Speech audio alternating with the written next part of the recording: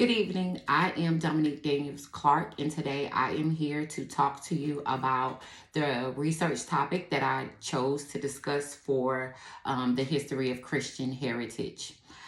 So, my key question that I am seeking to answer is going to be what factor played the chief role in the attainment of education of African Americans historically within this country.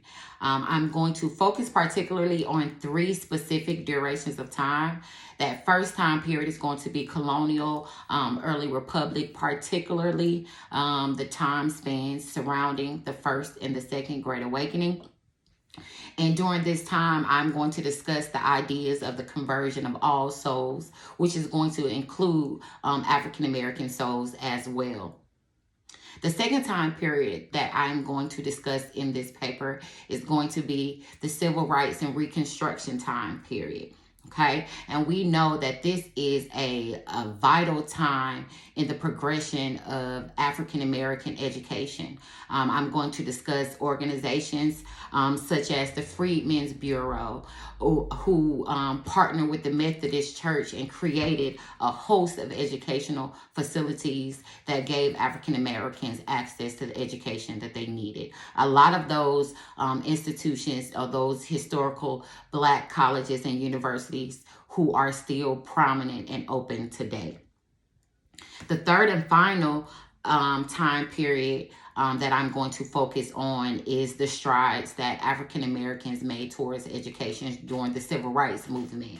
Now, we know during the Civil Rights Movement, the main purpose was to combat Jim Crow, which promoted segregation as in the educational system as well. So with this what role did the church play that ultimately gave people of color access to any educational facility despite their racial ethnicity?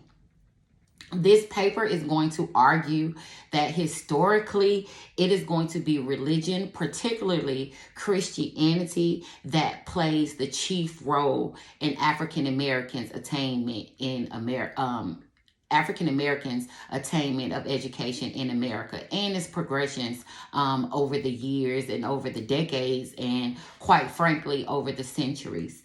I'm going to talk about specific denominations as well as religious groups such as the Quakers, the Presbyterians, the Methodists, as well as the Baptists. And to support my arguments, I'm going to put forth letters and sermons for individuals like Samuel Davis, who preached that Negroes in Virginia needed to be able to comprehend and read the Bible for itself. So it's going to lay a foundation for Bible literacy. It's going to lay a foundation for people having an initial argument towards Black literacy. I'm also going to have foundational texts from a substantial group, the Quakers, who played a really keen role in education of African Americans. Their tolerance for others are going to be next to none. So I'm going to talk about individuals such as Anna Jeans and Richard Humphrey, individuals who contributed and practice philanthropy by giving African Americans an opportunity by contributing financially to the establishment of educational systems. I'm going to talk or refer to transcripts and foundational documents regarding the AME Church, which explains their stance regarding African American education and Black scholarship. And the Methodist Church, particularly the African Methodist Episcopal Church, is really going to play a vital role in African Americans being able to attain an education here in this country.